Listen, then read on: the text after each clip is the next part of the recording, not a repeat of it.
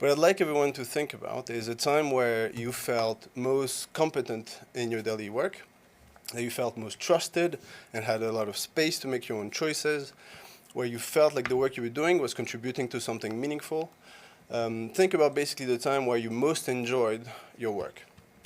I'm ready to bet that this was also the time where you had one of the best managers you've ever had. I know my managers always had a huge impact on my motivation, my performance, and also my health. So when I first became someone else's manager for the first time years ago, I took it really seriously. As a great responsibility and with great professionalism, I completely freaked out. So I seek guidance. What do you do to become a good manager?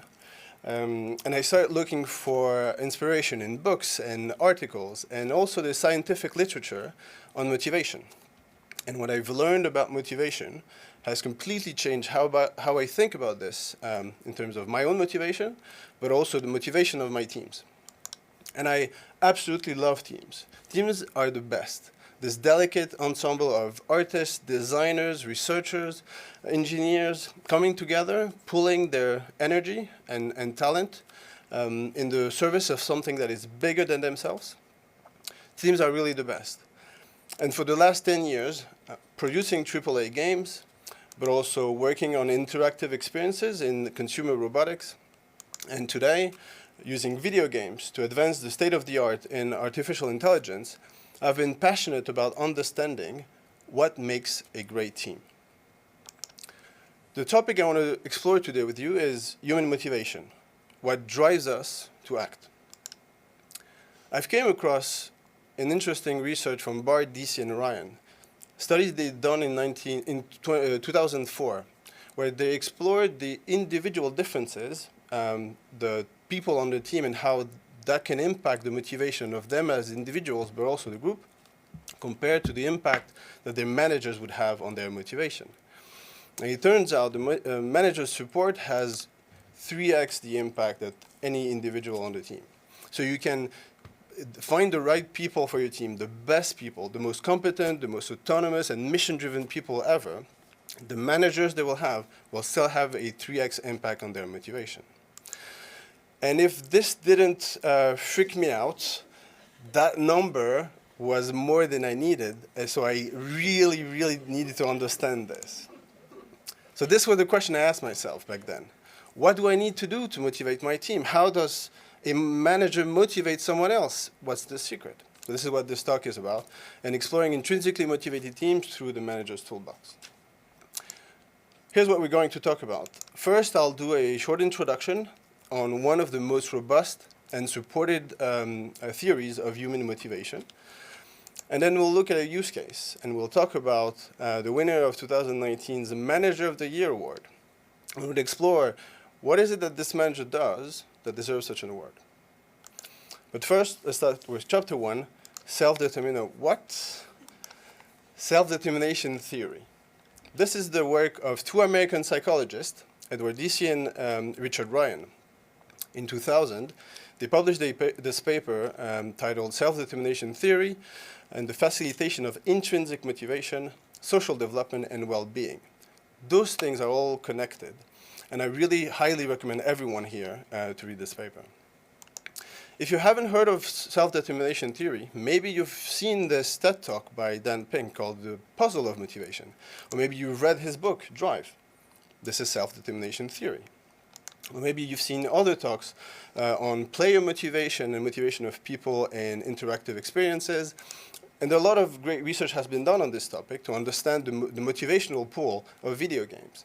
This also is inspired by self-determination theory. Or maybe you've heard about those terms, intrinsic motivation and extrinsic motivation.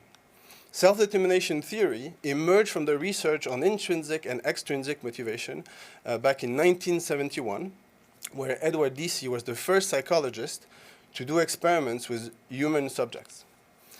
Back then, most psychologists believed that motivation was a quantity, something you have enough of to do something or not enough of to do something. But Deci and Ryan had a different perspective. They believe quality to be a continuum of different quality of motivation rather than a quantity. And since this talk is not titled Extrinsically Motivated Teams, you've guessed it, intrinsic motivation leads to better outcomes. But in order to facilitate intrinsic motivation, SDT stipulates that 3 basic psychological needs need to be satisfied. This is our need for competence, for autonomy, and for relatedness. Competence is our need to seek to control the outcome and to experience mastery in everything we do. This is about seeking novelty and getting better at something you find meaningful. Autonomy is to be causal agents of one's own life, which means to have meaningful choices about the things you do and the way you do them, but also to act in harmony with one's integrated self, which means to do something with full volition, doing something that you'd happily endorse because it aligns with your personal values and beliefs. Note that here autonomy does not mean independence, because this is about having autonomy within the wider group, which leads us to our 3rd basic psychological need, relatedness. Relatedness is our need to interact, be connected to, and experience caring for others. This is about being part of a community, a family, or a team of people you care for and who care for you, and together you have a shared purpose. So these are the 3 basic psychological needs identified by self-determination theory: competence, autonomy, and relatedness. Over the years, they've been shown to be innate, things that we are born with, rather than things that are learned through life experiences. They've been also shown to be universal, true of all humans. Hands up who has humans on their teams. So you should all think of them. They all have those 3 basic psychological needs, and so do you. So when you think about motivation in your own, think about those 3 facets. Are you satisfied in terms of competence, autonomy, and relatedness? Are you learning something new? Do you have autonomy about the choices that you make? And do you understand the meaning of the work that you do? You can be super passionate about something and then suddenly be disengaged. Usually it tracks back to one of those tenets of motivation being underrepresented, undersupported. 50 years of academic studies, both in the lab and in the field, have shown that extrinsic motivators, money, promotion, fame, things like this, can have a negative impact on work that requires creativity and problem solving. Anything that requires even rudimentary cognitive skill. On the other hand, intrinsic motivation has been shown to not only provide better results, better performance in work that requires cognitive skills, which is exactly the type of work that we do every day, but has also shown that to have a positive impact on people's well-being, and thus decreasing the level of burnout in teams over more than 50 studies in the last 30 years. And also for teams, it shows that it tends to lead to lower turnover rates in teams that are intrinsically motivated by the work that they do.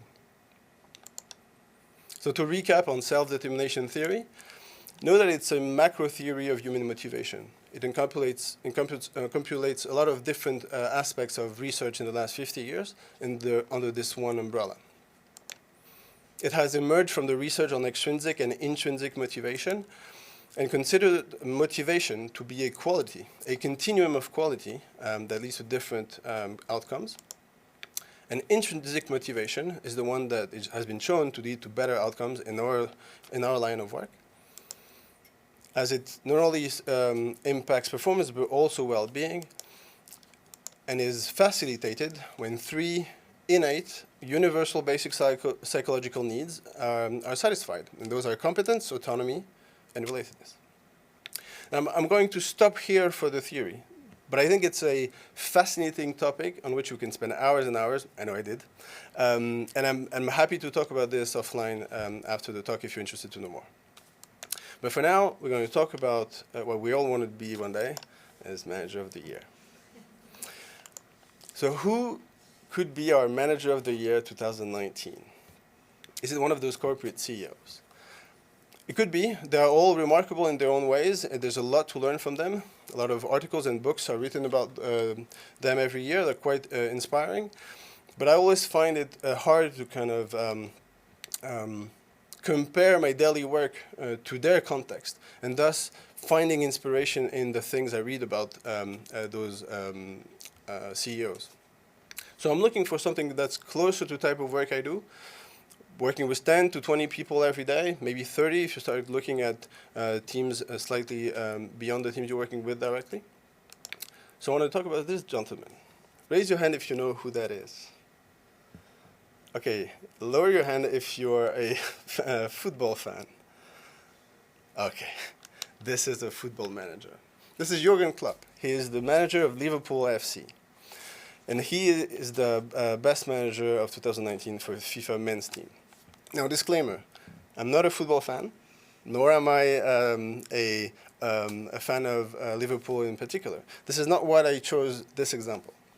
What I'm interested in understanding with someone who works in a context where the number of teams and the impact of creativity and also enabling others to do good work is closer to what I do every day, what can science teach us about the reason why that team is particularly performant this year? In particular, what I'm interested in understanding is Liverpool is a great club, but it has access to the same financials and same talents that everyone else, and yet that team stand out last year and is doing pretty well this year as well. So let's explore what this manager does. First, you need to know that Jurgen Klopp is known for the range of emotions that he shows on the pitch. He's quite a colorful character, and he's also known for the personal and very close relationship he has with his players. But he's also known for a close relationship he has with the supporters.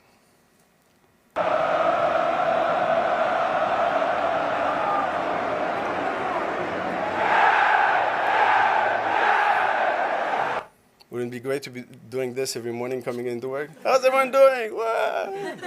Anyway, this thing will not translate to your daily work. The rest is more likely. But still, it's pretty cool. But most importantly, he is known for the incredible results that the team has and the performance they've shown last year. So out of 56 games across all competitions in 2019, only 6 losses, 43 wins, and is the first English club to have won the international treble of Champions League, Super Cup, and the Club World Cup. It's a once-in-a-lifetime achievement from a team that always had access to the same talents and the same budget and same equipment as everyone else, as they've done for the last 10 years, and yet it's this manager that makes a big difference.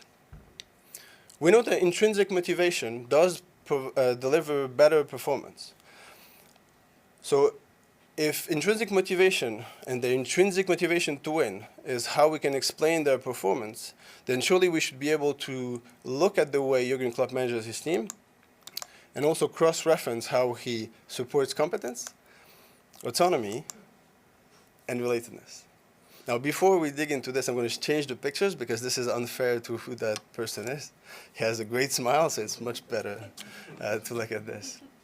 So we're going to look at 3 short clips where he talks about how he manages his team, and we're trying to reference this back to those 3 basic psychological needs and see if science can explain us what's happening there, because I don't know anything about football.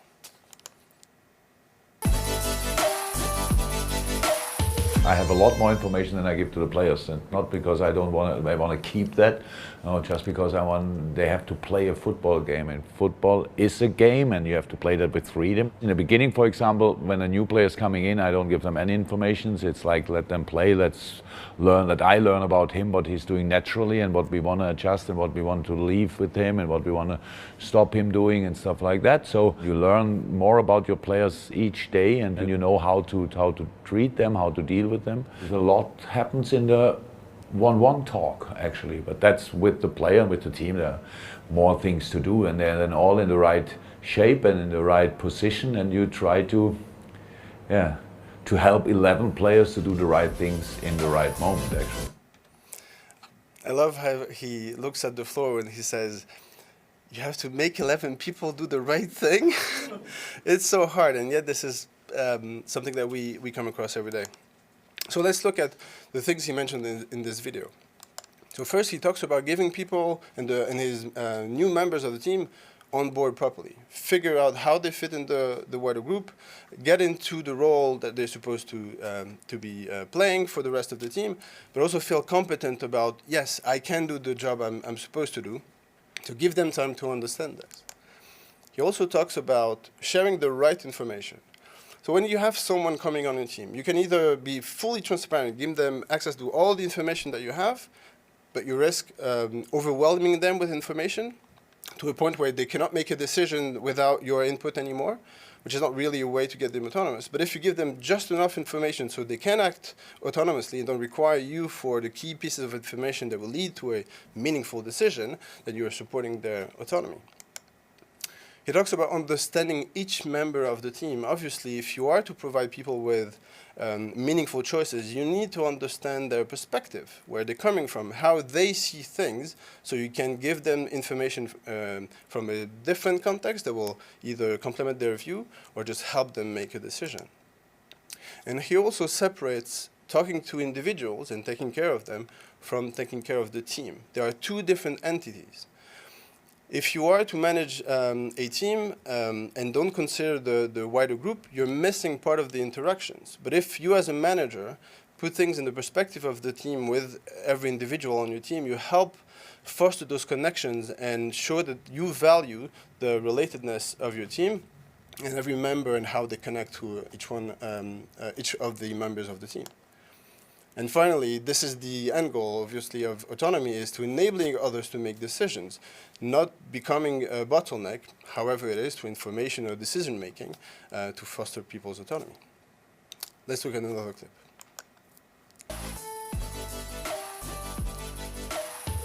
All what we do in life, how I understand, is about relationship. Because otherwise you live in a forest alone, on a mountain alone, and if you only want to be alone and want to be responsible for exactly the things you do and no responsibility for anything else, you have to live alone. Otherwise, always when you enter a room, you have a little bit of responsibility at least for the mood in the room. As a football team, we have to work really close together. Each player knows each name of each person who works at Melwood. It's not me to create an atmosphere. Each person in a room, each person is responsible for that, in a football team especially. It worked out well. We all win for each other meanwhile. We do it for Carol and Caroline. We do it because we know how important it is to them, and that makes it just more valuable, more worthy. It feels different. If you have a bigger group to do it for, the better it feels for yourself. That's how it is. So here he talks about relationships. So obviously it has a huge impact on relatedness, of course. So it's understanding how everyone plays a role and impact the other people in the team. Those connections and how your mood on a particular day will have an impact on other people. Just like if you're really positive and really confident in getting something done, you will get other people to feel the same way. Fear, on the other hand, is contagious. If you're freaking out about something and you're the manager, that's probably a good thing for other people to be freaking out about the same thing. So being conscious of this and projecting that, it is important to think about how you're impacting the rest of the team is quite key. He talks about knowing everyone personally. So this is not just about him knowing them, it's people knowing each other quite well. Again, understanding other people's perspective, not just the manager with their reports, but also everyone on the team.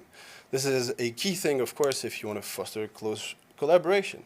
You are more likely, and this is, again, supported by a lot of research studies on this, you're more likely to give away some of your comfort if it's for the gain of someone you know closely. Knowing someone, their name, their family, or any other aspects of their personal life will make you more likely to make concessions. Which at the end of the day, working in really complex projects across many, many teams, you have to give something for the bigger goal and not defend necessarily your own gain. So this is another way to foster close collaboration. Which then leads for something that he has been bringing to Liverpool quite a lot. There's a lot of articles and videos on this, how he has put those star players who have been trained to think about their career and their personal gain in the long run, to think about how they're supporting the team. So he mentions Carol and Caroline. there are two cooks who work at Melwood, and they've been there for years. They've been there way before he came or any of the players came, and they'll be there long after they're gone. So it's putting yourself in the service of others. That is another great way to satisfy people's need for relatedness and the connections they have with other people. Now let's look at one last clip.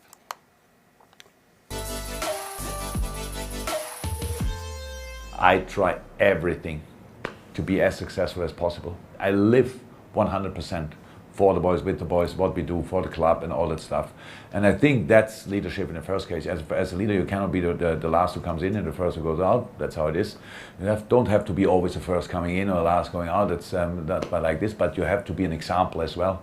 That's how it is. You have enough confidence, and that's very important for a leader, because confidence, if I would expect from myself that I know everything and I'm the best in everything, I couldn't have confidence, but I don't expect that. I know I'm good in a couple of things, really good in a few things, and that's enough. What I can do, my confidence is big enough that I can really let people grow next to me. It's no problem. I need experts around me. It's really, really very important that you're empathic, that you try to understand the people around you, and that you give real support to the people around you, and then everybody can act. And that's what leadership is. Have strong people around you with a better knowledge in different departments than yourself.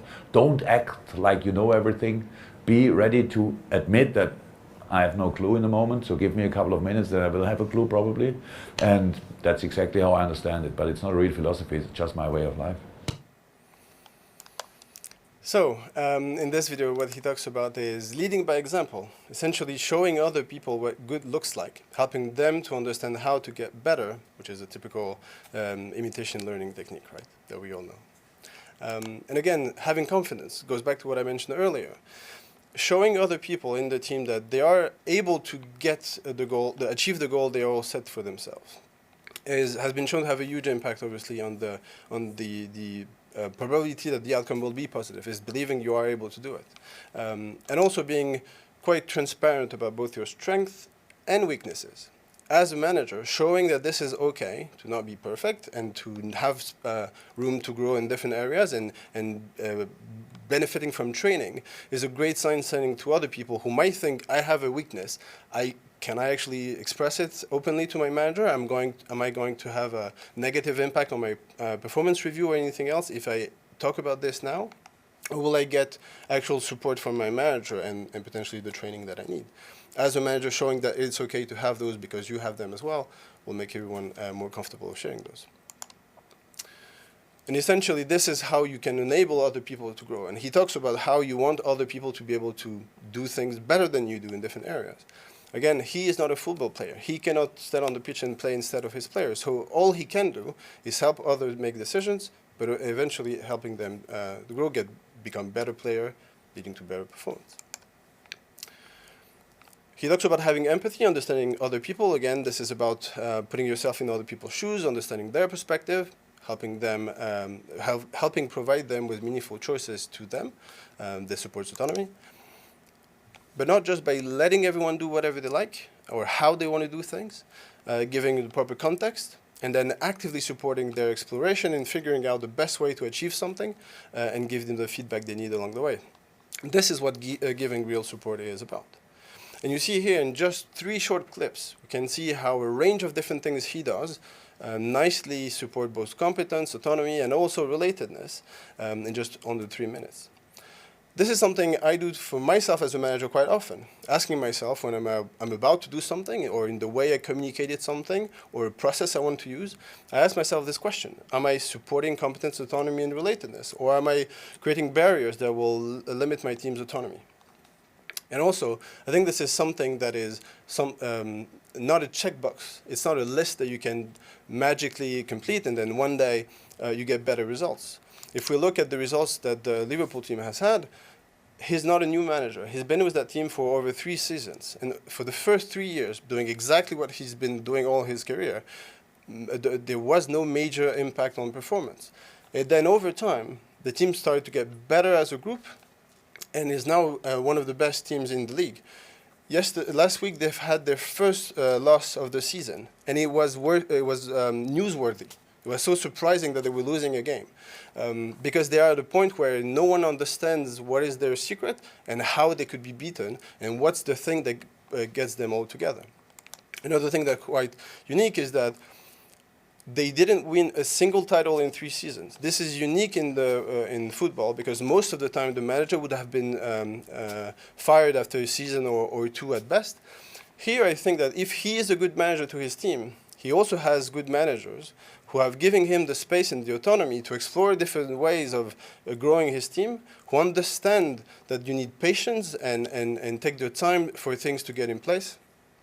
And I think it's, again, those connections of things that make the team perform in the end.